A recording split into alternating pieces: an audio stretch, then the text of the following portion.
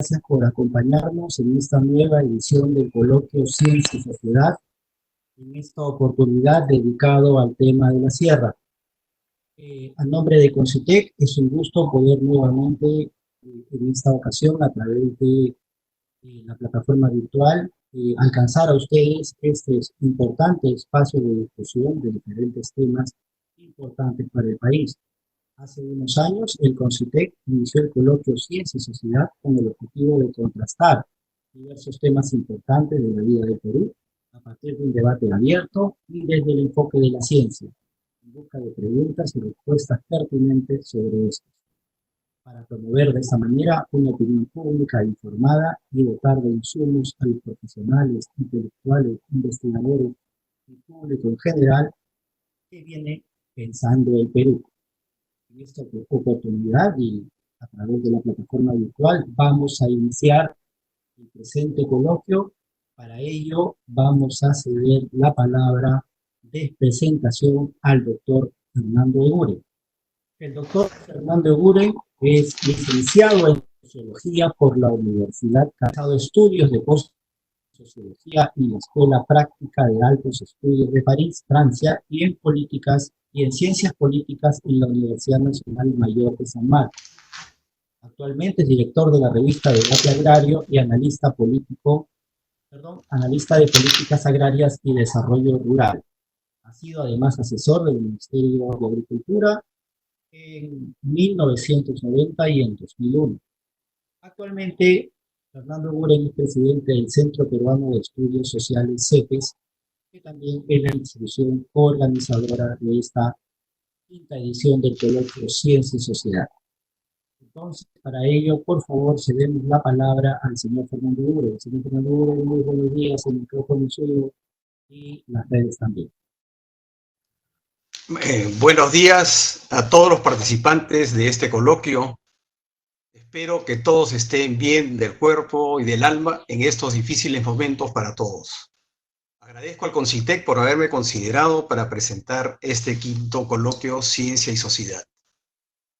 El propósito de estos coloquios es contribuir a establecer puentes entre los científicos y la sociedad para reflexionar sobre la urgencia de una interacción en la que, en primer lugar, los científicos orienten sus investigaciones y la producción de conocimientos y de tecnologías hacia las necesidades presentes y futuras de la sociedad, de su bienestar y su sostenibilidad. En segundo lugar, esta interacción es fundamental para que la sociedad asuma una actitud proactiva en su relación con la ciencia, informándose de sus avances y sus aplicaciones, de forma que sea capaz de evaluar los potenciales impactos sociales positivos y negativos y dar a conocer su voz para orientar el sentido de las investigaciones y sus resultados. Y claro está, los resultados de esta interacción entre la ciencia y la sociedad debe animar políticas de Estado. El primer coloquio realizado en el 2018 tuvo como eje de interés la relación entre ciencia y desastres naturales. El segundo trató sobre la relación entre la ciencia y la salud pública. El siguiente, ya en el 2019, sobre agricultura sostenible, y el cuarto sobre el mar peruano. El quinto, tiene como eje los desafíos que la ciencia le plantea a la sierra, principalmente la sierra rural, y aquellos que la sierra le plantea a la ciencia. Creo oportuno recordar aquí el coloquio realizado en el año 2017, denominado Horizonte Científico-Tecnológico con énfasis en la agricultura, iniciativa del CEPES acogida y apoyada por el CONCITEC en la persona de Benjamín Martí-Corena, quien ha seguido siendo indispensable animador de los coloquios posteriores. El contexto actual de expansión global de la pandemia causada por el coronavirus ha mostrado de manera por demás dramática la necesidad de que la ciencia pueda responder a las exigencias de la sociedad, que hoy por hoy se resumen en pocas palabras: cómo sobrevivir y cómo superar sus impactos en todas las esferas de la vida al mínimo costo de sufrimiento humano y económico.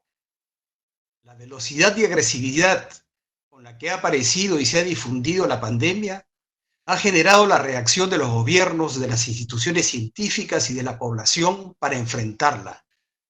Los especialistas señalan que tendremos probablemente una vacuna en 18 meses, periodo relativamente corto si lo comparamos con la invención de otras vacunas. Esto será posible solo con la acción colectiva de la comunidad científica y sus instituciones y la participación de los estados. Sin embargo, cuando las urgencias son menos apremiantes y no aparecen de manera tan súbita e inmediatamente amenazantes, las respuestas de la comunidad científica son más lentas y el apoyo de los estados es menor. Y esto es así, aun cuando en el mediano y largo plazos los efectos de la inacción o de la acción demorada puedan tener resultados mucho más graves que el de la actual pandemia. Una clara muestra de esto es el caso del cambio climático, cuyas manifestaciones e impactos se van desplegando a través de los años y no aparece, por lo tanto, como merecedor de una respuesta más urgente, decidida y masiva. El reclamo de la sociedad hacia la comunidad científica y los estados no ha logrado aún movilizarlos en la magnitud de los desafíos. Entre otras razones, porque hay muy importantes intereses que dependen de la continuidad del business as usual, del uso de hidrocarburos como fuente de energía o fertilizantes, de la producción cada vez más intensa de mercancías prescindibles, pero que presionan sobre el ambiente, sobre los recursos, sobre el suelo, el agua, el aire. El contexto en que estamos viviendo subraya la relevancia del nombre sombría de esta serie de coloquios, ciencia y sociedad. Pero no solo porque la interacción entre la sociedad y la ciencia se está mostrando indispensable y más urgente, sino también porque también reclama una interacción y un estrecho diálogo entre las ciencias de la naturaleza y las ciencias sociales. Los fenómenos complejos, y vaya si la actual pandemia y el cambio climático lo son, no pueden ser abordados desde disciplinas compartimentadas, pues son transversales a todas. Por ello, la comunidad científica conformada por biólogos, químicos y profesionales de otras ciencias de la naturaleza y sus instituciones deben dialogar e interactuar con la comunidad científica de las ciencias sociales, es decir, con antropólogos, sociólogos, psicólogos, economistas, etc. El cambio climático se ha originado en procesos sociales. Por un lado, en cómo se organiza la sociedad para producir, qué producir, cómo, con qué y para qué. Y por otro lado, en qué, cómo, por qué y para qué consumir. Las ciencias de la naturaleza, por su lado, estudian los impactos e investigan para encontrar alternativas que contribuyan a aminorar dichos impactos. Por ejemplo, a reducir la emisión de gases de efecto invernadero. Pero si no hay un cambio del comportamiento y de las convenciones sociales, esas alternativas no serán de mucha ayuda. Podemos establecer un cierto paralelismo con el contexto actual de la pandemia, en la que tanto las ciencias naturales, de las que se espera que puedan crear una vacuna que erradique el contagio, como las sociales, que deben contribuir a que la población soporte mejor una prolongada cuarentena, se acerquen en la búsqueda de soluciones. Son los comportamientos sociales los que podrán acelerar, detener o reducir su expansión, y será la vacuna la que podrá erradicar el virus. Más claro aún, el acuerdo sobre cuánto durará la cuarentena será el resultado en buena medida del entendimiento entre científicos naturales, médicos, biólogos, entre otros, y sociales, particularmente economistas. Pero la decisión, no lo olvidemos, será de los políticos. ¿Cómo vinculamos esta reflexión al tema del coloquio? Las ciencias estrechamente vinculadas a la producción tecnológica, las tecnociencias, están cambiando el mundo. Se están desarrollando de manera vertiginosa en campos como la bioingeniería, la nanotecnología, la cibernética. Su difusión es cada vez más amplia y abarca crecientes ámbitos del quehacer humano. La CEPAL afirmaba ya hace más de una década que en la agricultura, así como en otros sectores de la economía, se asiste a la consolidación gradual de un nuevo paradigma científico-tecnológico, institucional y productivo, que ponen en marcha un proceso selectivo entre agentes e instituciones del cual resultan ganadores y perdedores. Ante el avance que parece ser indetenible de este nuevo paradigma, planteo una primera preocupación. ¿Qué ocurrirá con nuestra agricultura y con nuestros agricultores? La implantación del nuevo paradigma de alguna manera está ocurriendo con la consolidación de una agroindustria de exportación liderada por corporaciones nacionales y algunas extranjeras que están a la vanguardia tecnológica en el país, que se han convertido en modelo de modernización a seguir y que han ido difundiendo un renovado tipo de relación laboral, la agricultura de contrata. Esta es la agricultura que ha merecido y sigue mereciendo, por lo menos desde la década de 1990, el favor de las políticas públicas. Es este sector el que está más cercano al paradigma descrito por la CEPAL. Coexistiendo con ella, repartidos en las 3 regiones, están millones de familias de pequeños agricultores y campesinos que, a falta de un mejor nombre, practican una agricultura convencional. Entendiendo como tal convencional, tanto la agricultura continuadora de la Revolución Verde iniciada en la década de 1950, como aquella llamada tradicional, adjetivo este que soslaya su versatilidad y adaptabilidad, practicada por nuestros campesinos, sobre todo en la sierra. Es esta agricultura convencional la que ha abastecido la mayor parte de alimentos que requiere el país y lo sigue haciendo. Ha logrado satisfacer una demanda incrementada en cerca de 9 millones de personas entre los años censales de 1993 y 2017, sin que el ratio de importaciones y producción interna de alimentos se haya modificado de manera significativa. Son la base de nuestra seguridad alimentaria.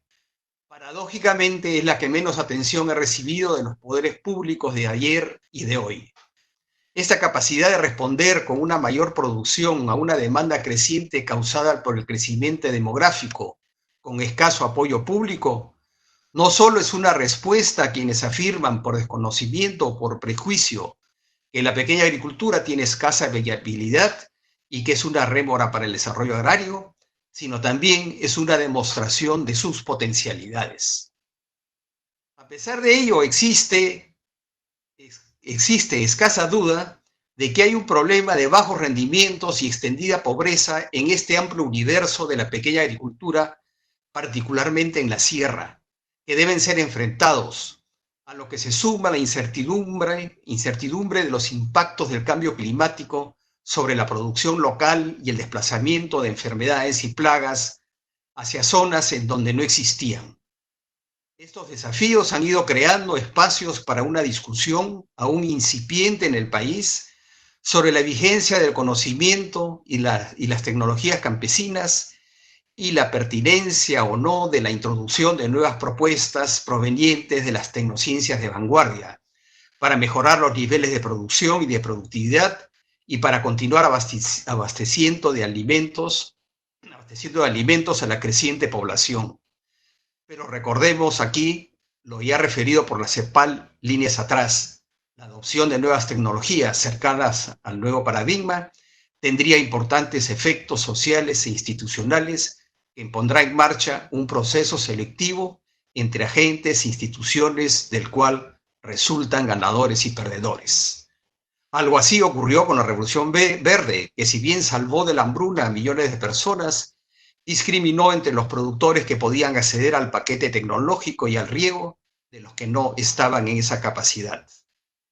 Adoptar algunas de estas dos opciones o de formas intermedias depende en buena medida de las decisiones del Estado, pero son decisiones en las que tienen que intervenir diferentes voces, para comenzar la de los directamente involucrados, los pequeños agricultores a través de sus organizaciones, pero también los diferentes estamentos de la sociedad civil y quienes definen las políticas públicas.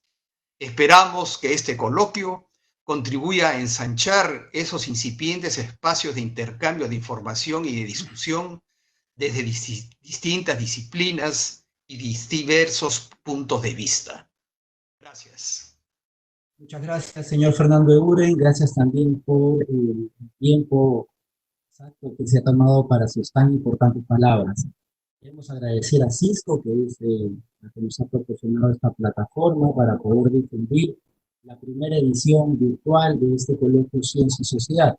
A continuación vamos a dar pase al inicio de los bloques. Vamos a empezar con el primer bloque y para ello, por favor, permítanme compartir la pantalla. Eh,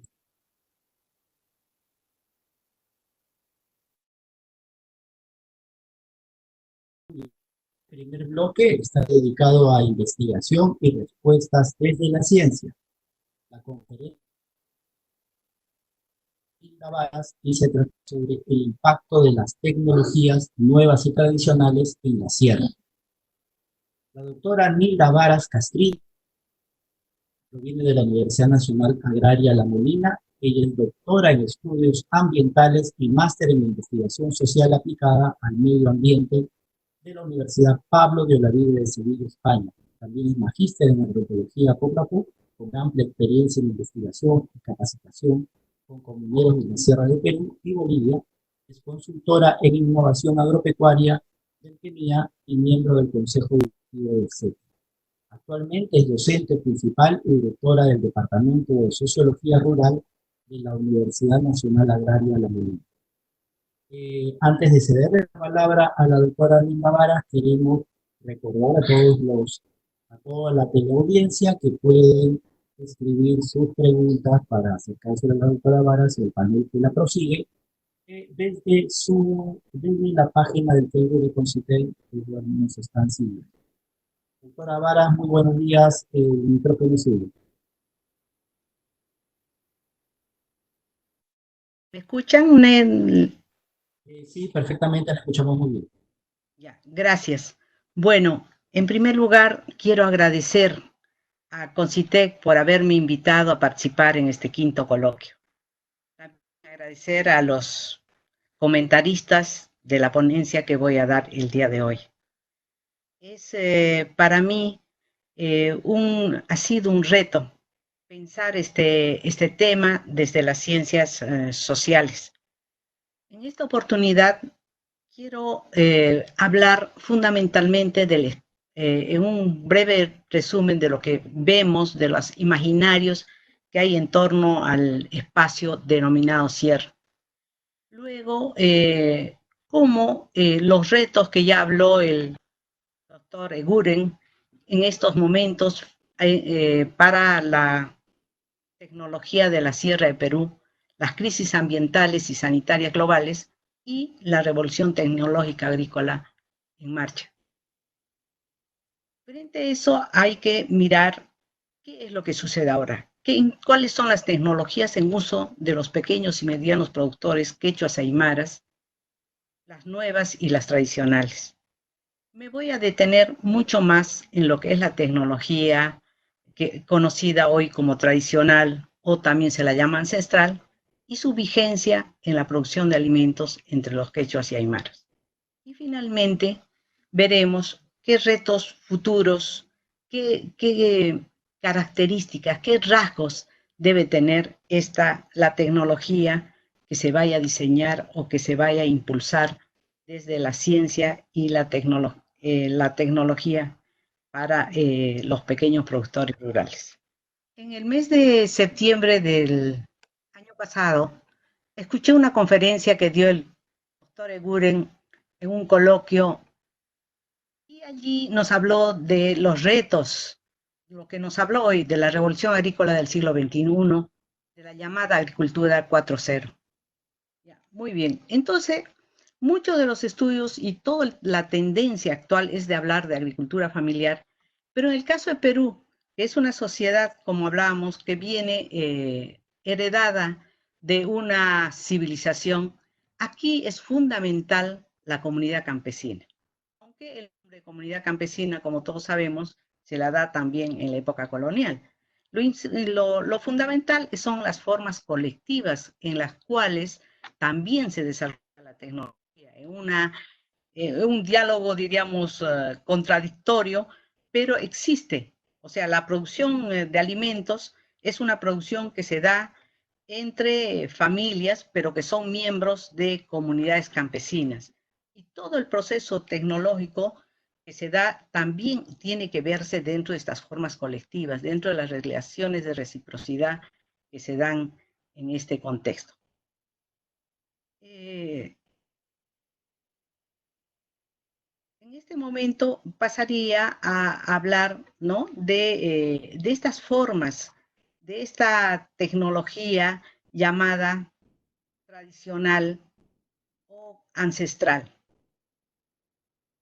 para referirme a todos esos saberes y haceres, esas prácticas que están vigentes en las sociedades aymaras y quechuas que producen alimentos.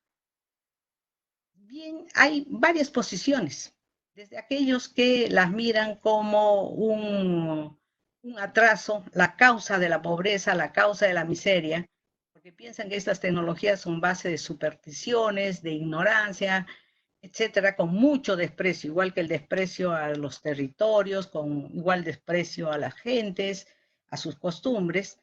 Sin embargo, la ciencia actual, a nivel internacional y nacional, lo que está planteando es que estos saberes y haceres construidos por nuestros antepasados, llevados a cabo y recreados permanentemente por los actuales productores agrarios, son muy, muy importantes para pensar cómo enfrentar los problemas del cambio climático.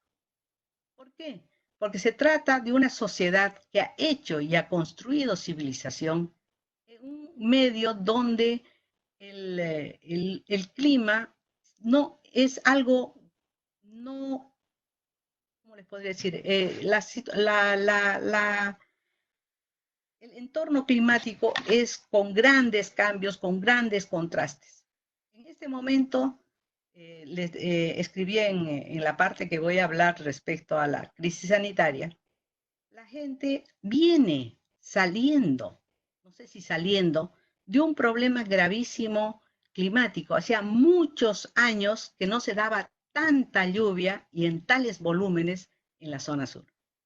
Y sequía, por supuesto, en el norte. En esas circunstancias en que esas son las condiciones en que se ha desarrollado aquí la agricultura. Y entonces, para la ciencia, para aquellos que están estudiando los impactos del cambio climático, las posibilidades de adaptación, bajar las vulnerabilidades, miran en las sociedades andinas, en las tecnologías que han creado, una salida, un ejemplo. Entonces, creo que esto es lo que está llevando a que se las revalorice, se piense en ellas, en su sistematización, etc. Luego hablaremos de esto. Sin embargo, creo yo de que no solamente es lo que la comunidad científica, sino también tenemos muchos ejemplos de gente que en el Perú, desde hace mucho tiempo, 40, 50 años, viene buscando la revalorización, exigiendo el repensar las tecnologías andinas en nuestro país.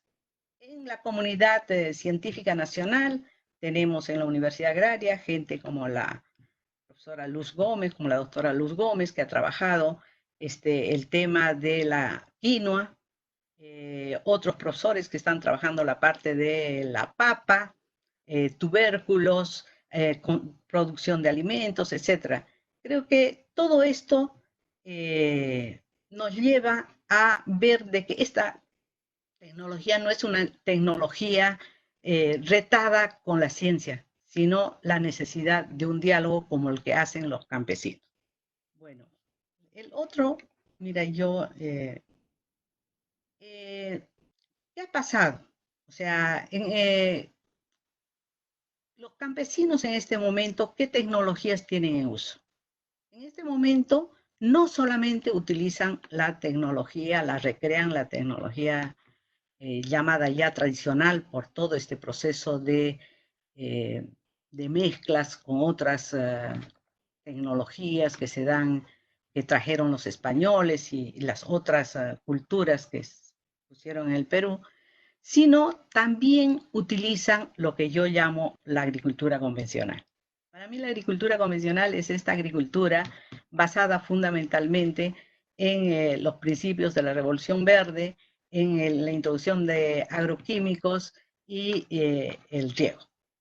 Esto no lo aprendieron solo por las brigadas de extensionistas que fueron a algunas partes de la Sierra de Perú, sino fundamentalmente porque estos campesinos que emigraron hacia la costa, las haciendas de las costas, donde sí ya hacían un uso intensivo de ello, aprendieron y llevaron y experimentaron en sus cultivos. Los impuestos, indudablemente, ya están estudiados, no han sido en muchos casos muy buenos, se han dado procesos muy grandes de contaminación de tierras, de suelos, de agua, de incluso la propia salubridad de los productores. ¿Por qué? Porque no solamente usaban estos agroquímicos en excesivo o en menor producción. Sin embargo, esa es la forma. En este momento, bueno, ustedes saben que en la época de Fujimori, muchos de los programas de extensión fueron cerrados, pero posteriormente gobiernos lo que hacen es que con la presión y con el auspicio de la sociedad internacional, crean una serie de proyectos que si bien son exitosos, se logran mejorar la productividad, etcétera, sin embargo no resuelven un problema central. Sé que ya estoy por terminar, ya veo a Neldo. No quiero dejar de decir que lo siguiente. Yo creo que igual que hay en el imaginario que la tecnología es un instrumento sumamente valioso para la transformación de las sociedades. Sin embargo, la transformación de las sociedades son, como ha dicho Fernando, actos políticos, participación de la gente y sus actores.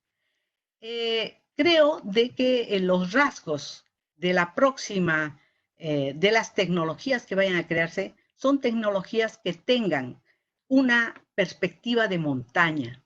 Tenemos que recuperar eso de nuestros antepasados, que construyeron tecnología teniendo en cuenta la montaña, como bienes comunes, como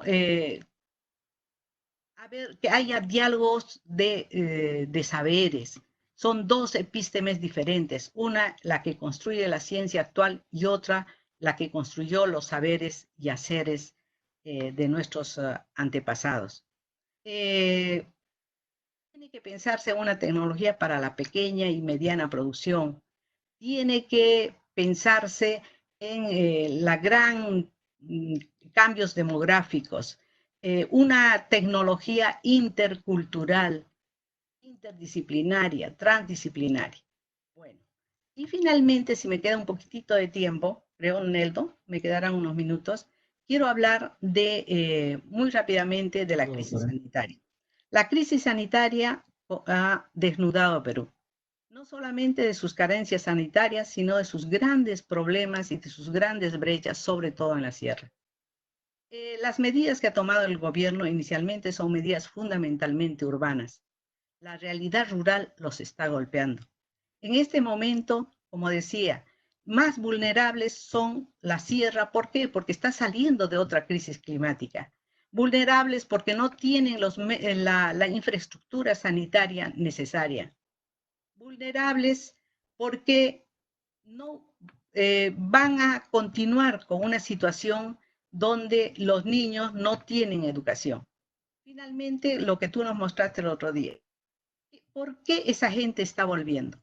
Porque encuentra, a mi criterio, sigue teniendo en la comunidad su centro de identidad y su creación de que ahí, y que ellos creen que ahí están seguros. Comunidad para ellos les significa seguridad. Espero que el gobierno tome en cuenta la próxima cosecha. En este momento, según lo que he tenido información, están ya con problemas de levantamiento de cosechas y con problemas de comercialización. ¿Qué va a pasar en el futuro en este plano? Eso los dejo, bueno, a la realidad y a la necesidad de buscar información. Muchas gracias. Muchas gracias, doctora Vara. Se le agradece por su primera intervención. Vamos ahora a continuar. Vamos a presentar al panel que nos acompaña para este bloque. Este panel es integrado por el consultor Héctor Maleta. El señor Maleta es graduado de la Facultad de Ciencias Económicas y Sociales de la Pontificia Universidad Católica de Argentina. Es doctor en Ciencias Sociales por la Universidad de Buenos Aires. Ha realizado sus estudios de posgrado en Economía en la Universidad de Bolonia, en Italia. Tiene un diplomado de posgrado en Sistemas de Información del Instituto Internacional de Informática y ha estudiado la realidad agroalimentaria del Perú durante muchos años. Además es profesor e investigador en varias universidades, incluyendo la Universidad del Pacífico, y ha sido funcionario o consultor de la FAO y la OIT en el Perú y muchos otros países. El panel también lo integra el historiador Gonzalo Romero, de la Pontificia Universidad Católica del Perú, bachiller en Historia por la Universidad de Ottawa, Canadá, y magíster en Ciencias Políticas y Relaciones Internacionales por la Pontificia Universidad Católica del Perú. Es candidato a doctor por la Universidad del Estado de Nueva York en Stony Brook y es docente de la Facultad de Ciencias Sociales y de la Escuela de Gobierno de la Pontificia Universidad Católica del Perú. Ha sido además becario del Social Science Research Council y actualmente de la American Council of Human Societies. Ha publicado los libros La política en el Perú del siglo XX y Alineamiento y Desafío en la política exterior peruana en los gobiernos de Hungría y de finalmente, este también lo integra el doctor Juan Torres Guevara de la Universidad Nacional Agraria de La Molina. Es biólogo graduado de la Universidad Nacional Agraria de La Molina, magíster en biología por la Universidad Nacional Autónoma de México, es profesor principal de pre y posgrado de la Facultad de Ciencias de la Universidad Nacional Agraria de La Molina, director del Centro de Investigaciones de Zonas Áridas de la UNAL y director de la revista Zonas Áridas del CISA, también de la UNAL, Universidad Nacional Agraria de La Molina. Participa actualmente en el proyecto Semillas y Escuelas en la Zona Andina. Vamos a iniciar entonces cediendo la palabra al señor Héctor Maleta. Señor Maleta, muy buenos días, el micrófono es suyo. Bueno, después de la muy amplia exposición de Nilda acerca del choque de las tecnologías tradicionales o la imperfecta incorporación de unas tecnologías modernas, generalmente ligadas a la Revolución Verde, o sea que atrasan 50 años ya a estas alturas, me gustaría enfocar yo mi breve intervención en un tema genérico. ¿Qué respuesta puede o puede dar la ciencia y la tecnología actualmente a la ciencia, a la sierra y a su economía? Primero, ¿de qué hablamos cuando nos referimos a la ciencia y la tecnología en el título de este simposio? Claramente nos referimos esencialmente a la ciencia y la tecnología moderna, es decir, a la que surge de la gran revolución científica de los siglos XVII y XVIII y la revolución industrial de 1750 a 1850 o 70, que a su vez condujo al impresionante desarrollo científico y tecnológico de los últimos 150 años, que además sigue acelerándose y difundiéndose a escala global.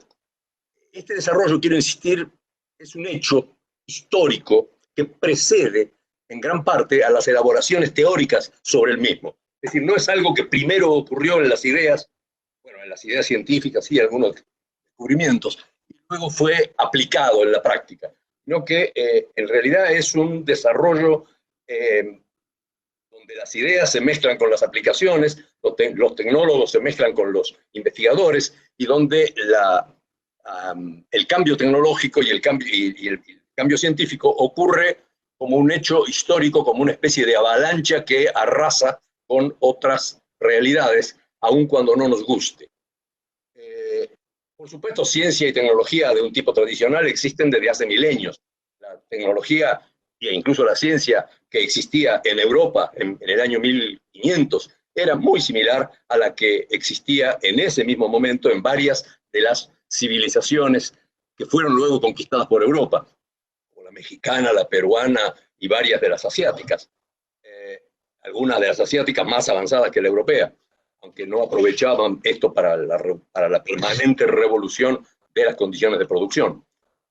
La humanidad, antes de eso, la humanidad vivía en un estadio de cuasi estancamiento productivo, con lentas tasas demográficas, una corta expectativa de vida, con indefensión total ante las infecciones y otras amenazas, formas muy elementales de energía, muy elementales y muy primarias y muy insuficientes, básicamente fuerza muscular, humana o animal, y eventualmente algunas caídas de agua para los molinos, etc. Productos generalmente con bajo valor agregado, y conocimientos no sistemáticos basados en la experiencia cotidiana y el sentido común, transmitido de generación en generación. Muchos de estos conocimientos, por supuesto, han sido absorbidos, o mejor dicho, han pasado por una criba de validez o de utilidad, y han sido algunos de ellos adoptados y modificados y transformados por la ciencia moderna. Otros, en cambio, han ido quedando fuera.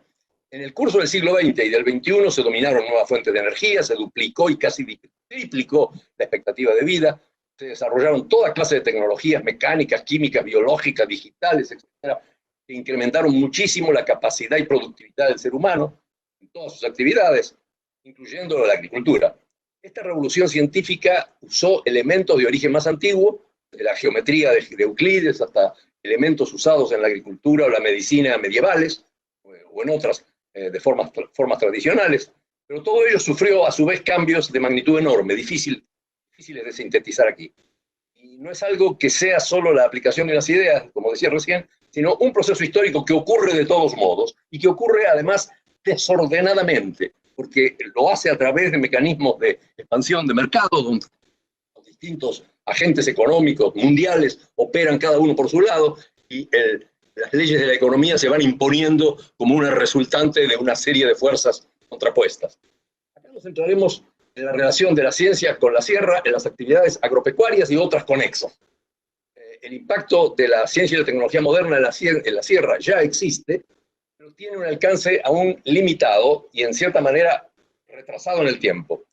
Hay obstáculos para el impacto de la ciencia y la tecnología modernas en la agricultura campesina de la sierra, enumero algunos nomás. Para empezar, bueno, primero veamos, esa ciencia y tecnología se encarna en varios componentes o varios aspectos. En primer lugar, se encarna en equipos e infraestructuras prediales y públicas modernas. Cuando digo públicas me refiero a caminos, redes eléctricas, etcétera, grandes irrigaciones, y también equipos o máquinas o aparatos privados que hay que comprarlos y tenerlos. Privados pueden ser individuales o colectivos. En segundo lugar, se encarna en conocimientos formalizados de ciencia y tecnología existentes en forma tanto subjetiva, o sea, en la cabeza de los productores y otros agentes, como objetiva, encarnados en mejoras, bueno, en los mismos equipos que ya he mencionado, en mejoras de las especies vegetales y animales, y en las prácticas de manejo de los recursos, el agua, el suelo, las plantas, los animales. Algunas de ellas, como digo, han sido trasplantadas sin beneficio de inventario de realidades completamente diferentes, básicamente de países planos, sin problemas de montaña, donde las unidades productivas son grandes. Digamos, la tecnología que se difunde muchas veces proviene de la agricultura europea, de la agricultura de Francia, de Alemania, o de la agricultura canadiense, norteamericana, o brasileña y argentina, todos ellos países que no tienen mucho que ver con la realidad de la sierra peruana. La economía campesina de la sierra, en general, no tiene recursos económicos para realizar las inversiones necesarias para poner en práctica esta tecnología, tanto en aparatos como en equipos de tecnología moderna. Una incorporación exitosa de esa tecnología moderna debería ser de baja intensidad de capital por hombre y por hectárea, pero al mismo tiempo recoger resultados de la ciencia más avanzada. La economía campesina tiene escaso capital privado, como consecuencia produce productos con bajo valor agregado, o sea, son productos primarios, papas, maíces, etcétera, a veces con alguna elaboración, por ejemplo, quesos en el caso de la leche, o alguna otra derivación de los productos agrícolas, como harinas para el consumo de pan en la sierra, etcétera. Pero esa baja inversión privada que lleva a baja productividad preserva en el tiempo una condición de pobreza, de bajo nivel de absorción de tecnologías modernas y de conocimientos básicos necesarios para absorberla, y también frena la inversión pública en caminos, electricidad y otras infraestructuras, porque digamos, no resulta rentable llevar, por ejemplo, una red eléctrica hasta una remota capacidad campesina que se especializa en producir papa para autoconsumo. Y si existen estas inversiones privadas o públicas, muchas veces no es fácil para los campesinos aprovecharlas en plenitud. Existe también un proceso de selección por parte del mercado. El mercado es una máquina trituradora de proyectos en la cual, como dice el Evangelio, muchos son los llamados, pero pocos los escogidos, de tal manera que de los 6.000 o algo así de comunidades campesinas que existen en la sierra, solo algunos centenares tienen actividades productivas más avanzadas que les permiten tener un carácter más vinculado al mercado. ¿Ya está? No, me falta todavía una parte. No, está bien, gracias, señor Maleta. Recuerde que luego vamos a tener unos minutos de... ¿Me dejas terminar un pensamiento? Bueno, me dejas terminar un pensamiento. Lo que quiero desarrollar, pero por eso necesito unos 3 minutos más. Sí, no sé si me lo puede dar. Una réplica, sí, mejor en la réplica. No, es que la réplica es una réplica. Quiero referirme a algunos ejemplos de enfoque de la ciencia y la tecnología para agriculturas similares a la del Perú, que tienen estas características que he mencionado, pero que en el caso del Perú están escasamente relacionadas. ¿Puedo hacerlo o no? Preferiríamos, por favor, que usemos el siguiente bloque. Bien, así quedó. Vamos ahora a pasar a presentar al historiador Gonzalo Romero. Gonzalo, por favor, tu opinión. Permíteme, Gonzalo, recordar antes a toda la teleaudiencia que pueden ir formulando sus preguntas para todos nuestros panelistas, así como para nuestra expositora principal, la doctora Nilda Vara. Listo. Gracias, Gonzalo, por la voz. Perfecto, muchas gracias, Neido. Primero deseo saludar a los otros miembros de este panel y también agradecer a Concitec por la oportunidad de poder participar en este coloquio. Quisiera complementar desde una visión histórica la presentación de la doctora Varas. Ha abordado desde las ciencias sociales los impactos del uso de las tecnologías agropecuarias convencionales en la sierra. Y más que desde una perspectiva puramente tecnológica, quisiera ver las diversas formas de organización que permiten, o más bien dicho, permitieron, la diseminación de la ciencia y tecnología en esta región. Como bien dijo la expositora, parte del proceso de colonización significó la construcción de una división jerarquizada de las regiones de la costa de la sierra en el Perú, división que, como bien sabemos, se va solidificando en el periodo republicano. En la etapa republicana y en particular tras el auge del guano, la costa es vista como una región capitalista y moderna, mientras que la sierra es vista como una región atrasada y feudal. Lo serrano, como bien dijo la doctora Vara, es un término despectivo utilizado como insulto denigrante. Sin embargo, como lo ha mencionado la historiadora Cecilia Méndez, durante la época republicana también empezamos a celebrar el pasado incaico, al mismo tiempo que denigrábamos lo indígena, bajo el ya famoso título de Incas sí, indios no.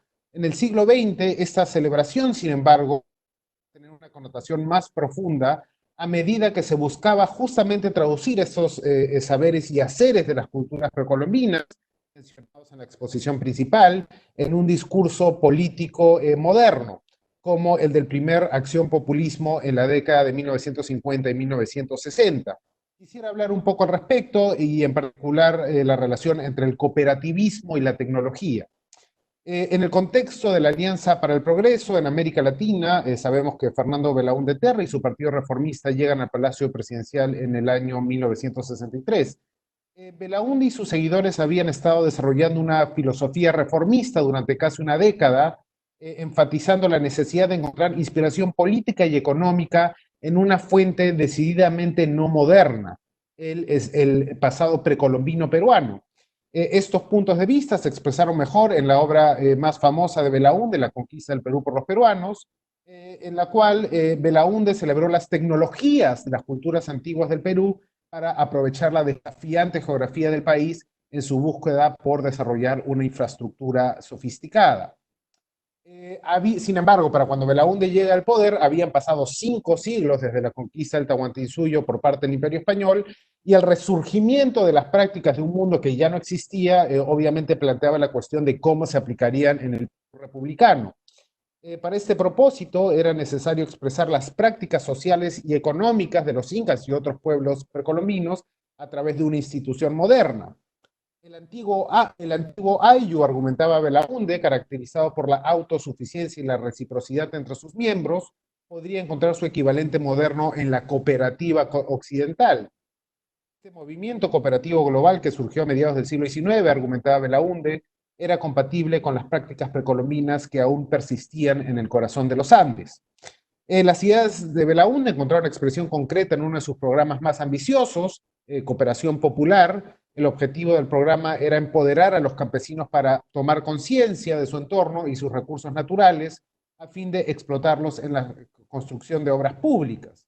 Las comunidades campesinas emprenderían la construcción de obras públicas por iniciativa propia y a cambio el Estado proporcionaría asistencia técnica y recursos para ayudarlos en sus esfuerzos.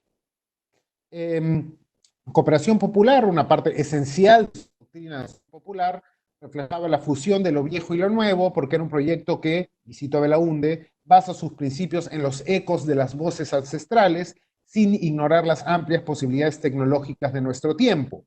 Así se establecen diversas cooperativas que requieren tecnología moderna, tales como cooperativas agrarias, cooperativas de electrificación rural, etc. Es más, en algún momento el Perú tiene la cooperativa de electrificación rural más grande del continente, la Cooperativa Eléctrica Comunal del Centro, en la cual electrifica el Valle del Mantaro y sobre la cual estoy basando este trabajo. A través de este programa, Belaunde busca abordar los desafíos que las cooperativas peruanas habían enfrentado en el pasado. Un informe del Departamento de Estado estadounidense analizó los desafíos de las cooperativas en el Perú, denominó que la primera fase del desarrollo cooperativo moderno tuvo lugar durante las décadas del 40 y el 50 y estuvo dominada por las cooperativas de crédito, la más famosa siendo la cooperativa de crédito del padre McClellan en Puno. Sin embargo, a pesar de algunos éxitos aislados, no logró convertirse en un movimiento nacional, ya que parecía carecer de un sentido de dirección. Estas fallas podrían atribuirse principalmente a la falta de una ley cooperativa, ciertamente, y otra razón fue la falta de instituciones gubernamentales destinadas a ayudar a las cooperativas, y aunque el Ministerio de Fomento de aquel entonces tenía un departamento de cooperativas, carecía de los medios y la voluntad para ayudarlos de alguna manera. Quizás más problemático, decía el informe, fue que las cooperativas no emanaban de las personas mismas, sino, y cito, se las imponían los partidos políticos y los sindicatos que planeaban usar las cooperativas para sus propios fines. En una nota quizás algo más condescendiente por parte de los norteamericanos, el informe enfatizó que los peruanos no tenían un conocimiento suficiente del concepto cooperativo, entre comillas. A pesar de los desafíos del pasado, sin embargo, parecía haber un considerable optimismo con respecto al futuro. Si bien los peruanos parecían tener dificultades para comprender los ideales modernos del movimiento cooperativo, también se afirmaba que, y cito de vuelta, la organización básica de las comunidades indias en las tierras altas peruanas se presta para el establecimiento de cooperativas en el área. Además, el desarrollo cooperativo se consideró la mejor manera de canalizar la ayuda económica, en gran medida porque se podía llegar a más personas con menos personal técnico, lo que genera un desarrollo social y económico más rápido. Este discurso cooperativista y su vínculo con la tecnología encontró expresiones también en la sierra, en particular en la región central. Ponciano Melgar Castillo, Jesús Vélez Lizárraga asociaron el cooperativismo con el legado incaico. Melgar Castillo, por ejemplo, consideraba que el imperio inca había logrado magníficos logros tecnológicos, como su admirable sistema de carreteras y acueductos incomparables que les permitieron cultivar las tierras más estériles y desiguales. El éxito de los incas se perfeccionó cuando los incas construyeron cooperativas públicas, entre comillas, o así las llamaban, bajo la protección del gran Estado inca. Lizárraga, por su parte, consideraba que para dejar atrás el legado de la conquista española y el subsiguiente subdesarrollo, era necesario mezclar este espíritu colectivo andino con la ciencia y la tecnología occidental, creando así una organización híbrida. Para concluir, el sistema cooperativo moderno presentó al Perú la oportunidad de aprovechar lo que se percibía como las tendencias mutualistas naturales de las comunidades indígenas a través de una institución occidental. Asimismo, también fue visto como una forma viable de difundir el conocimiento tecnológico al mayor número posible de personas de manera eficiente. En ese sentido, la tecnología también tiene que ser vista desde la perspectiva de la organización política para poder asegurar Muy bien, Gonzalo, muchísimas gracias. Gracias también por tu primera participación. Vamos ahora a continuar con el doctor Juan Torres Guevara. Doctor Guevara, muy buenos días. Tiene usted la palabra. Buenos días, ¿me oyen? Sí, lo oímos perfectamente. Muy bien. Entonces, primero que suscribo la exposición de Nilda y también las ideas de Fernando de este espacio de integración de diferentes disciplinas. En primer lugar, el título, que es Impacto de las tecnologías en la sierra, ¿no? Así como Gonzalo ha hablado de complementarlo desde la historia, mi participación tiene el sesgo de las ciencias naturales, de la ecología. O sea que yo voy a apuntalar varios de los conceptos que en su exposición la profesora Nilda los mencionó. Pero voy a comenzar al revés, voy a comenzar por sierra. Después voy a ver tecnologías y voy a cerrar con impacto. ¿Ya? Porque en varias de estos, sobre todo en sierra, necesitamos, yo creo que hay, lo voy a mencionar en las tecnologías, muchos esfuerzos para intentar, entre comillas, desarrollar la sierra.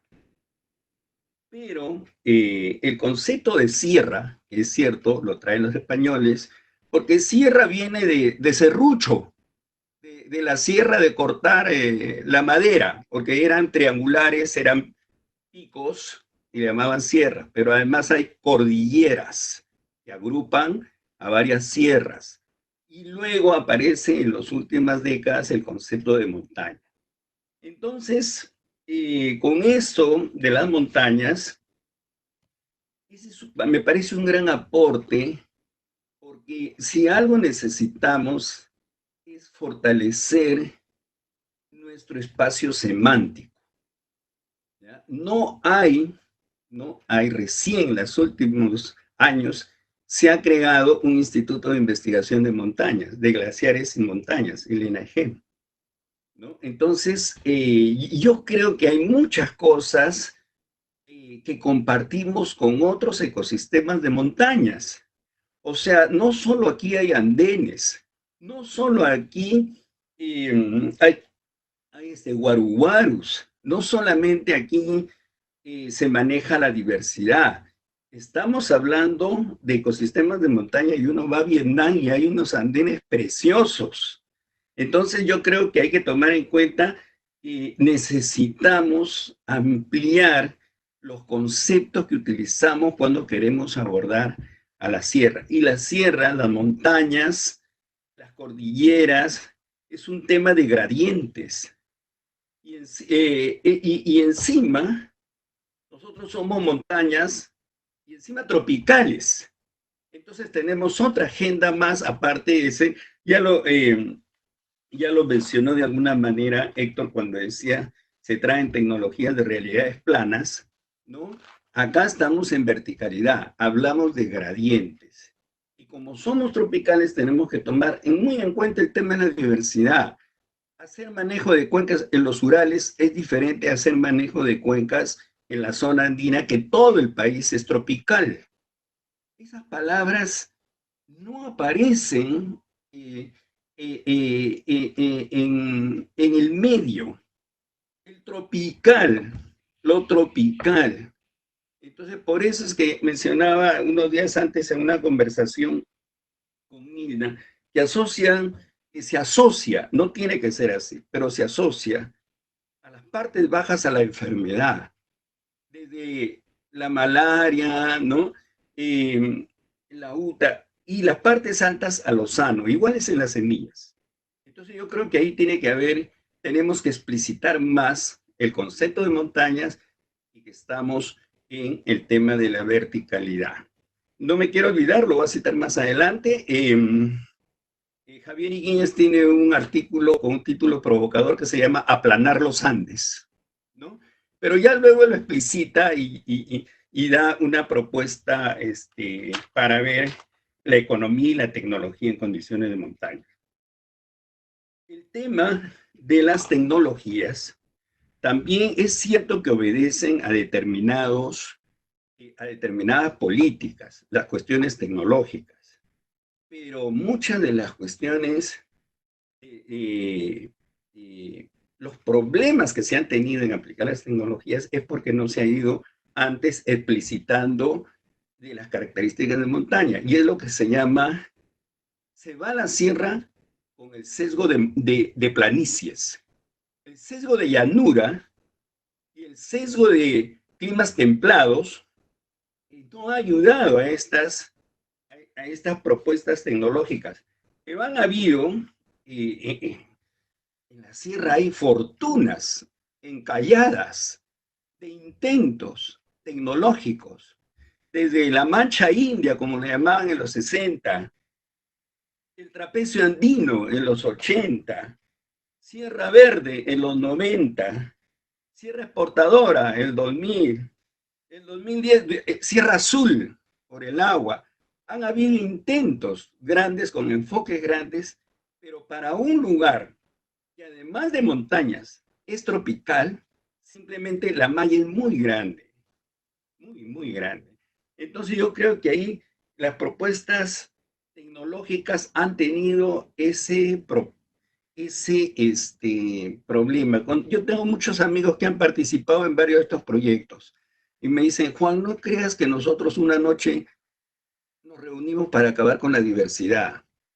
No teníamos claro.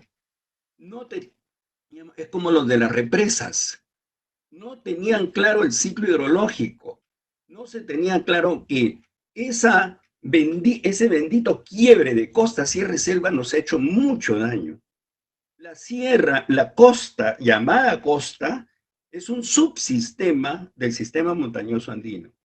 Y la Amazonía es un subsistema del sistema montañoso andino para la agrovertiente. Y cierro con el tema de los conocimientos tradicionales, conocimientos campesinos, conocimientos indígenas, no hay un acuerdo todavía, pero que es necesario incorporarlos. No podemos estarlos dejando de lado. Ese sería mi aporte desde la perspectiva del tema ambiental. Muchas gracias, señor Juan Torres Guevara. Interesantes palabras. Estoy seguro que estas derivarán en varias preguntas de nuestra audiencia. Vamos ahora a retornar al señor Maleta. Tuvimos lamentablemente que cortar tan interesante exposición. Por favor, ahora sí me reivindico y le entrego unos minutos más, señor Maleta.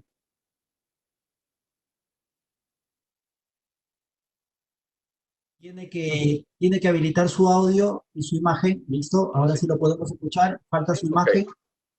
No, la imagen está encendida también. Bueno, que yo me veo. Y todo ok. Continuamos. ¿Todo ok? Bueno, un segundo, por favor.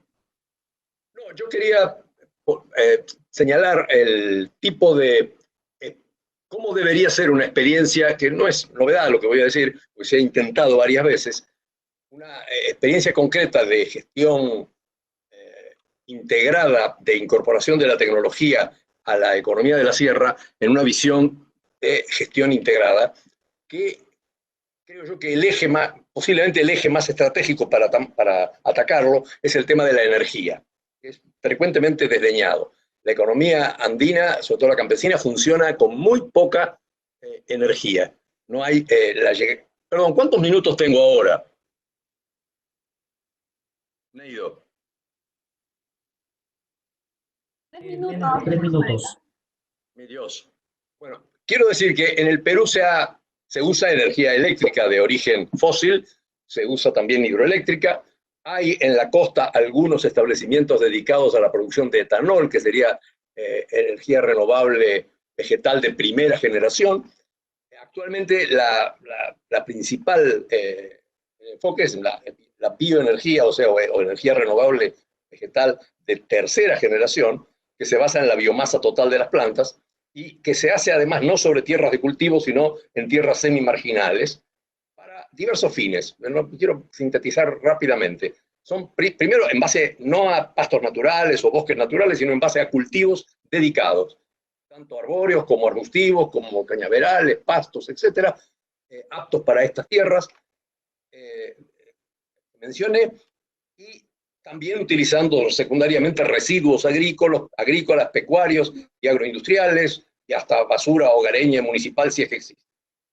Lo que quiero es, este tipo de el procesamiento de esa biomasa, en primer lugar, permite producir energía térmica, tanto hogareña en los lugares que hay friajes o fríos, como industrias, como por ejemplo las ladrilleras u otras por el estilo, y también utilizando el sistema de pirólisis, o sea, la aplicación de calor sin oxígeno, algunos subproductos importantísimos para el desarrollo agrícola, para mejorar la productividad o regenerar las tierras de cultivo. El principal de estos subproductos, lo quiero simplificar muchísimo, es el biochar o biocarbón o carbón activado, que es en realidad un tipo de carbón que sirve como soporte de agua, o sea, tiene mayor capacidad de retención de agua, mayor capacidad de soporte de nutrientes, como nitrógeno, y por lo tanto permite enriquecer rápidamente los suelos, sobre todo si se lo combina con cultivos leguminosos. Esto es un producto relativamente nuevo, un indicador no más. En el 2010 prácticamente no había comercio internacional de biochar. En el 2015 era $1.000 millones, en el 2020 1.500, para el 2025 se estiman 3.200, o sea, está creciendo muy exponencialmente, aparte de los usos domésticos. Este biochar implica además un secuestro neto de carbono de la atmósfera, previamente fijado en los cultivos que son calentados en la pirólisis para producir biochar. Es un tipo de proyecto en el cual yo he estado trabajando bastante a través de, internacionalmente, en varios otros países, ninguno demasiado parecido al Perú, pero sí en algunos, como... sí. Esto requiere una gestión de tipo integrada a nivel de un ecosistema, que es uno de los obstáculos más importantes que choca la sierra, a pesar de su tradición comunitaria, asociarlos para fines específicos a nivel de, por ejemplo, un valle, es sumamente difícil. Sin embargo, existe en varios lugares con la combinación de forestación, con arbustiva o de otro tipo, con aprovechamiento de una extracción sostenible de esos materiales para la producción de energía o para la producción de biochar, la defensa de las partes superiores de la cuenca con esta vegetación y eventualmente la regeneración de tierras degradadas o la biofertilización de tierras todavía en problemas. Quiero decir, este tipo de... Sí, redondeo. Para hacer esto se requiere una baja inversión de capital monetario por hectárea, muy baja. Hay empleo de mano de obra, tanto directa como indirecta, y permite rápidamente pasar a un desarrollo agroindustrial con mayor valor agregado por la mayor dotación de energía. Esto es sumamente importante porque casi todas las otras soluciones van al desarrollo puramente agrícola o no tienen, salvo algunas experiencias de quesos y demás, no tienen esta dimensión de cambio estructural de la matriz productiva, llevándola de una producción esencialmente agrícola a una producción con mayor valor agregado de carácter agroindustrial.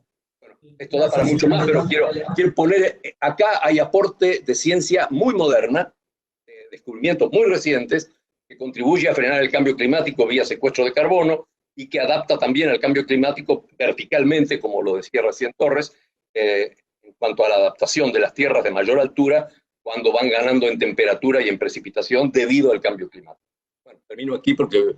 Bien, vamos ahora a pasar a darle el micrófono a Gonzalo Romero. Gonzalo Romero, tienes 3 minutos. Perfecto, gracias de nuevo, Neido. Quisiera usar esta corta intervención para hablar sobre la coyuntura actual. Creo que al igual que todos, la crisis presentada por el novel coronavirus nos ha llevado a repensar el rol del Estado en la vida diaria de los peruanos y nos ha obligado a abandonar un poco el individualismo y volver a pensar sobre nosotros como colectividad. Dado que para enfrentar esta pandemia es necesario actuar en conjunto, ya sea a través de no salir a las calles o cooperar en el consumo racional de las cosas y apoyar a la entidad que mejor representa esta colectividad, que es el Estado. Creo yo que, conectando con mi exposición, el discurso cooperativista tiene mucho por enseñarnos en este sentido.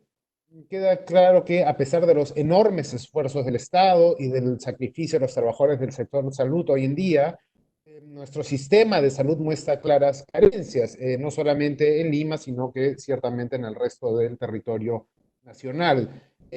Debido a la dificultad del Estado de manifestarse en la sierra, podríamos también tomar en cuenta la posibilidad de formar cooperativas de salud, donde doctores y enfermeras se organizan para ayudar a sus comunidades. Esto es posible, una vez más, con apoyo estatal, y si bien no existen cooperativas de salud en el Perú, sí existen ampliamente en Europa, en América del Norte, en Canadá en particular y en el resto de América Latina. La Confederación Nacional de Cooperativas del Perú, por ejemplo, ciertamente lo tiene en su plan estratégico. Considera, pues, ¿no?, que es una mega tendencia, que las poblaciones desean vivir más y mejor. Y cito el plan estratégico, dicen, este es un fenómeno que apreciamos actualmente en todos los países, excepto aquellos que no han pasado por la transición demográfica. Ello abre las puertas a las cooperativas vinculadas al tema de salud, como las cooperativas médicas, sanitarias, farmacéuticas, etc. Estas iniciativas carecen de un marco legal que las proteja y garantice sus beneficios y acompañe su desenvolvimiento de positivo. Y esta confederación pues no cita el caso como el de Brasil, donde el Estado, a diferencia del Estado peruano, no ha tenido una respuesta adecuada ante la pandemia, donde las cooperativas de salud prestan servicios médicos y odontológicos a casi 20 millones de personas, casi un 10% de la población en el 2011. En ese sentido, al verlo en su realidad global y regional, quizás es importante abandonar nuestros prejuicios sobre las cooperativas como algo velasquista, ciertamente precedieron al gobierno revolucionario desde mucho antes, y entender que las cooperativas tienen una larga historia en el territorio peruano, y si nos acordamos de los intelectuales del siglo XX, quizás más larga de lo que pensamos. Y en ese sentido pueden ayudarnos a enfrentar ese difícil periodo de nuestra historia a través, una vez más, de la diseminación de la ciencia y la tecnología. Muchísimas gracias. Gracias a ti, Gonzalo. Vamos ahora a ceder los 3 minutos siguientes al doctor Torres Guevara. Doctor Torres Guevara, micrófono suyo. ¿Me oyen? ¿Me oímos? Muy bien. Ya, muy bien. Entonces, quiero, para redondear lo anterior, que la sierra, en el futuro estoy seguro que se va a hablar de andino amazónico y andino costero, va a ser el lenguaje diario. Ya hay propuestas para podernos integrar y tener tecnologías más acordes con las especificidades de montañas y tropicales. Desde el lado de la economía, Carlos Amat tiene un trabajo precioso sobre cómo diseñar el país en cuencas, ¿no? Ya mencioné, ¿no?, a Javier Higuíñez, y en la relación de compartir experiencias con otras culturas de montañas y de tropicales hay esfuerzos. Nosotros tenemos personalmente un curso con México, que es Mesoamérica, y ahí no se ve Perú, se ve zona andina, y no se ve México, se ve Mesoamérica. Y además, los chicos, mis alumnos, Mirela Gallardo, Nelly Gómez, Gustavo Valdivia, van a Katmandú. Mi generación era, recuerdo que Alejandro Camino, Mario Tapia, era un viaje a la luna. Entonces, creo que hay que compartir esas experiencias con estas culturas que también son de montañas. Y finalmente, yo sí creo que las montañas son más benignas. Son más benignas. Los ciclos biológicos en las montañas son más lentos. El cólera golpeó mucho a la zona norte y a la selva, a lo que sería la zona andina de por sí. Es diferente hacerse un corte en Ticlio a hacerte un corte en Tambopata, ¿no? O sea, la actividad microbiana en general. Hay otros problemas, la desnutrición, el racismo, que es cierto, pero la montaña como ecosistema resulta para mí una alternativa. Y lo otro, las montañas, en este caso la sierra, ha sufrido un desvestimiento demográfico en las últimas décadas. ha reducido, hay muchos espacios vacíos. Y no hay que olvidarnos que este virus, coronavirus, es denso dependiente. Es decir, cuanto más densidad hay, más se va a transmitir. Porque este virus, las pulgas de la bubónica, los zancudos de la malaria somos nosotros. Y justamente las montañas ahorita está más rala. Está más rala. A eso me refiero. Gracias. Gracias a usted, doctor Torres Guevara. Vamos a pasar ahora a la ronda de preguntas. Para ello, nuestra audiencia nos ha alcanzado algunas preguntas muy interesantes. Vamos a empezar dirigiendo una pregunta para la doctora Nilda Varas. Doctora Nilda Varas, esté atenta. ¿Me escucha? Bien. Acá nos alcanzan una pregunta para usted que dice: buenos días, me gustaría que opine sobre los cultivos ectópicos, como el eucalipto, pinos, que casi no benefician en vez de sembrar árboles nativos.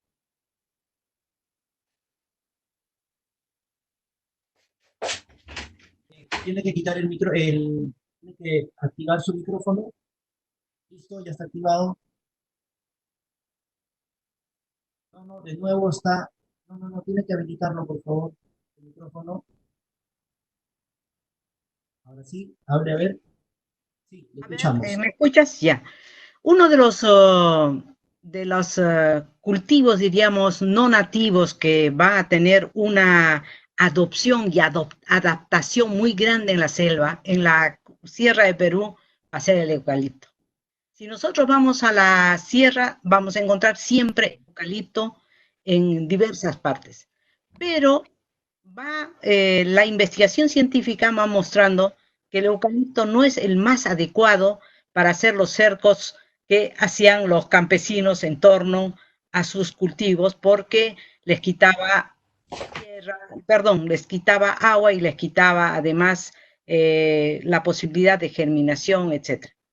Pero yo creo que el eucalipto no es bueno o malo, depende de los usos que demos, del manejo que tengamos en ellos. Por ejemplo, en estos momentos, lo que yo he encontrado que se está impulsando muchísimo en la Sierra Sur del Perú son grandes plantaciones de pinos. ¿Ya? Por ejemplo, Apurímac está implementando esto. ¿Con qué impactos? Están transformando tierras de pastos para nuestros camélidos en grandes tierras con pinos. ¿Por qué? Porque hay también el ejemplo de Cajamarca. No sé si esto, ¿no? Hay falta de investigación, hay que trabajar. El eucalipto es, vuelvo a decir, no es bueno o malo, pero es muy apreciado en la sierra, muy apreciado. No solamente porque le va a brindar un tipo de madera que necesitan ahora, le sirve como remedio, ¿no? Y desgraciadamente hemos tenido toda una visión que lo nuestro era malo, lo nuestro no servían.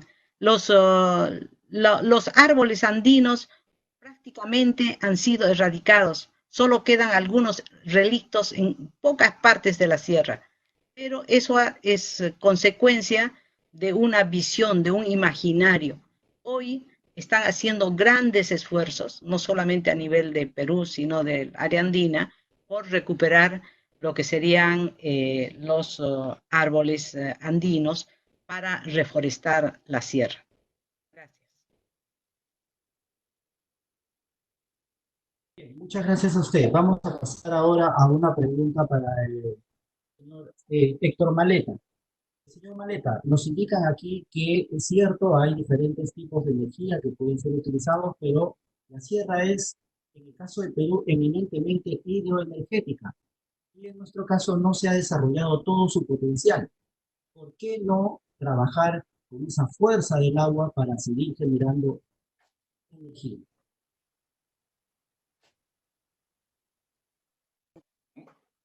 ¿Está bien ahora? ¿Me ven y me escuchan? Sí, muy bien. Muy bien.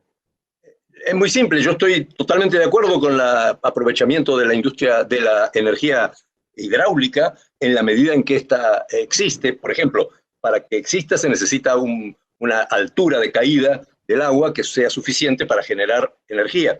Esto existe en muchos lugares, pero en otros no. Entonces, en el Perú en general es una fuente relativamente minoritaria. Luego, la energía hidráulica tradicional para mover, por ejemplo, un molino de harina, esa sí se puede utilizar en muchos lugares, sobre la base de un pequeño río u otra cosa por el estilo. Pero generar electricidad con la energía hidráulica requiere una obra de envergadura generalmente mucho mayor. Entonces estamos hablando de soluciones que puedan estar al alcance de un grupo, una colectividad campesina que vive en un determinado valle o en una determinada microrregión, cuenca, que no tiene los medios económicos para hacer eso, ni puede estar esperando 50 años a que el Estado concrete alguno de esos megaproyectos. Suele haber, en general, se concretan en otra parte, no ahí.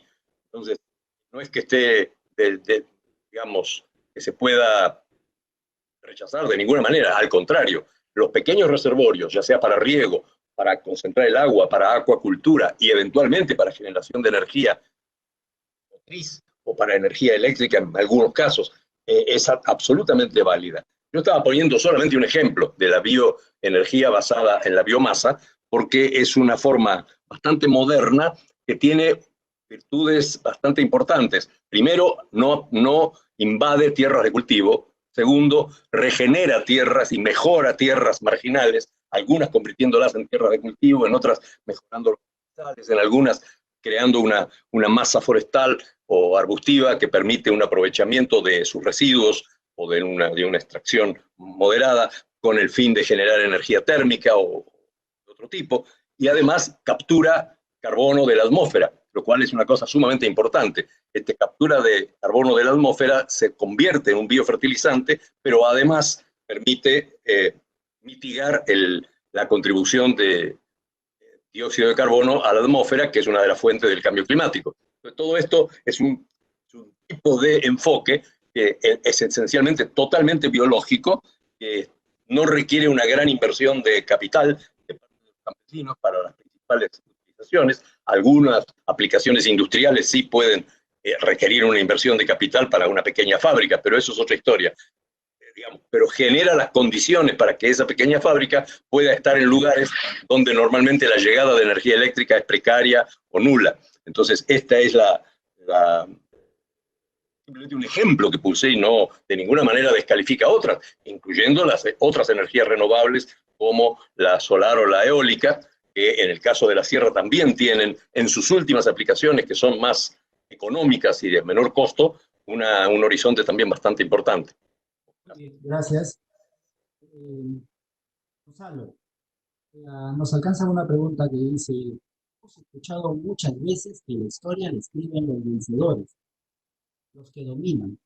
En este caso, la costa ha dominado sobre la sierra y ha construido estereotipos en torno a ella, especialmente aquello que dice que ha venido retrasada en torno a la modernidad. ¿Cuál es tu opinión? Gracias por la pregunta. Efectivamente, el discurso sobre la sierra ha sido en gran parte escrito por intelectuales, digamos, de la costa, que tenían una visión algo sesgada, para ser generosos, pues, ¿no?, sobre la sierra. Y yo me atrevería a decir que esta es una historia que se está reescribiendo últimamente, y en particular ya no se ve a la sierra necesariamente como algo tradicional o antiguo o premoderno, sino que nuevas historias de la ciencia y tecnología incluso apuntan de que la sierra tenía muchos elementos de modernidad, por ejemplo, ¿no? Acaban de hablar de la energía hidroeléctrica, por ejemplo. Hoy en día casi el 50% de la producción eléctrica en el Perú viene de esa fuente, ¿no? Y inevitablemente se encuentra en la sierra, porque ahí es donde sí efectivamente existen una gran cantidad, pues, ¿no?, de caídas de agua que proporcionan, pues, ¿no?, esta electricidad. Podemos pensar, como tú bien sabes, Neido, pues, ¿no?, casos como la planta hidroeléctrica de Almantaro, la planta de Huinco, que incluso está en Lima, pero está en los Andes limeños, pues, ¿no? Así que creo que podemos tener una visión un poco más matizada hoy en día y dejar de ver a la sierra como un lugar históricamente, pues, no tradicional y premoderno, y más bien tratar de entender que la mayor parte de la modernidad, incluso de la cual se beneficia Lima, proviene justamente de la sierra. Creo que en estos momentos de cuarentena, la electricidad en gran manera es lo que nos mantiene de alguna manera también conectados en ese sentido. Muchas gracias por la pregunta. Gracias, Gonzalo.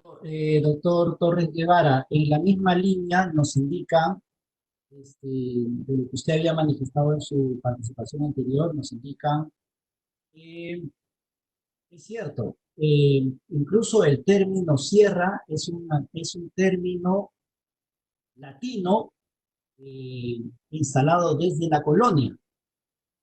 eh, Instalado desde la colonia. Continuar leyendo la pregunta. A ver si puede, por favor, hablar sobre qué se está haciendo para proteger a nuestras semillas andinas y, entre otras, propias y nativas del Perú, puesto que en los últimos años las transnacionales como Monsanto están apropiándose de ellas. ¿Qué nos puede comentar al respecto, doctor Rivera?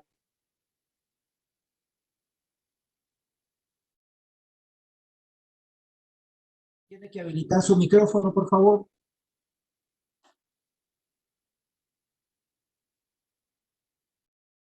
No, de nuevo. Está habilitado ya. No, está deshabilitado. Ahora sí. Yo. Puede. Mayra, déjalo que él lo habilite, por favor, porque si no tú lo deshabilitas y él lo vuelve a habilitar. A ver, deshabilítelo. Listo, ahora sí. Ahora sí me oyen. Muy bien. Bueno, yo creo que hay esfuerzos, ahora hay más conciencia, estoy de acuerdo, desde la costa, de que, miren, de proteger las semillas, porque en el campo hay la idea, así como del agua, dicen, no es una regla de tres lo que voy a decir, pero tiene algo mucho de cierto. La semilla baja, la semilla no sube, porque todos los que compran semillas, o casi todos las compran, los semilleristas son de altura, porque abajo están las plagas. Entonces, esa idea de que hay que proteger las semillas, peor con el tema de los transgénicos, que nosotros tenemos 10 años en las que se está controlando, al menos legalmente, de que no entren los transgénicos. Y hay un acuerdo, casi un consenso, inclusive dentro de los que trabajan transgénicos, que en lugares donde son centros de diversidad, como son las montañas, de agrobiodiversidad, mejor tranquilos con los transgénicos. Entonces, porque es un rasgo que compartimos las semillas con los otros países de montañas. El maíz de México, ¿no? El café de Etiopía, el trigo de Irán, el plátano es de montañas y no es de Piura, el plátano es de Nueva Guinea. Entonces, inclusive aquí le dicen guineo en algunos lugares. O sea, hay cada vez una conciencia mayor de conservar las partes altas por las semillas. Entonces, yo creo que sí, y esto, las generaciones nuevas, creo que ya traen más, utilizan más el concepto de diversidad, ¿no? Y estoy de acuerdo con que se está cambiando también la idea de la sierra, ¿no? Miren, los suelos fértiles de la costa peruana son serranos, porque son de las cuencas. El agua es serrana, porque aquí en la costa no llueve. Los alimentos que comemos vienen de las grandes cuencas de la sierra. Y eso lo podríamos decir para la vertiente oriental. Los suelos de la Amazonía son fundamentalmente de arrastre de la vertiente oriental. Y más llueve en la selva alta que en la selva baja. Y miren lo que voy a decir. Sin embargo, y ya se han dicho, la energía que tenemos ahorita viene del Mantaro. Y sin embargo, ¿cuántas patrañas se han escrito sobre la sierra? Cierro comillas. Mar Duroyani, de 1986. Listo, podríamos tener una nueva ronda de preguntas, pero les rogaría, por favor, que sean muy concisos, tal vez un minuto o un poquito más, para extendernos y otorgar a cada uno una pregunta. Perdón, tenemos 3 minutos, acaba 10:15 el bloque. ¿Podemos extendernos 5 minutos más? Yo considero que no, porque hemos tenido problemas de conexión al inicio y necesitamos retornar con el otro bloque. Bien, Entonces tenemos que terminar aquí.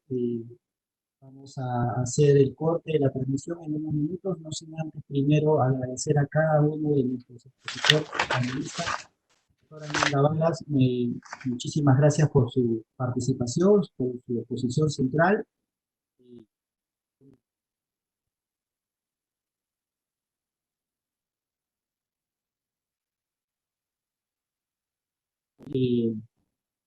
Doctor Torres Guevara, también un gran abrazo al equipo por su participación. El tiempo es tirano, así que a veces el tiempo es tirano, así que a veces nos impide, nos limita.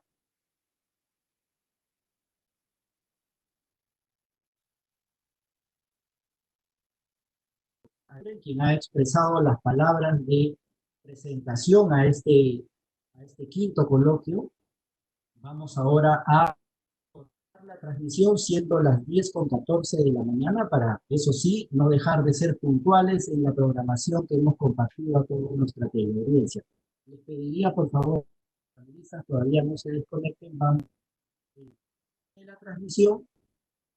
Retornamos en el segundo bloque a partir de las 10:45 de la mañana. Ese bloque va a estar moderado por Mayra Flores, también de Concepción. Un gran abrazo a todos. Nos despedimos.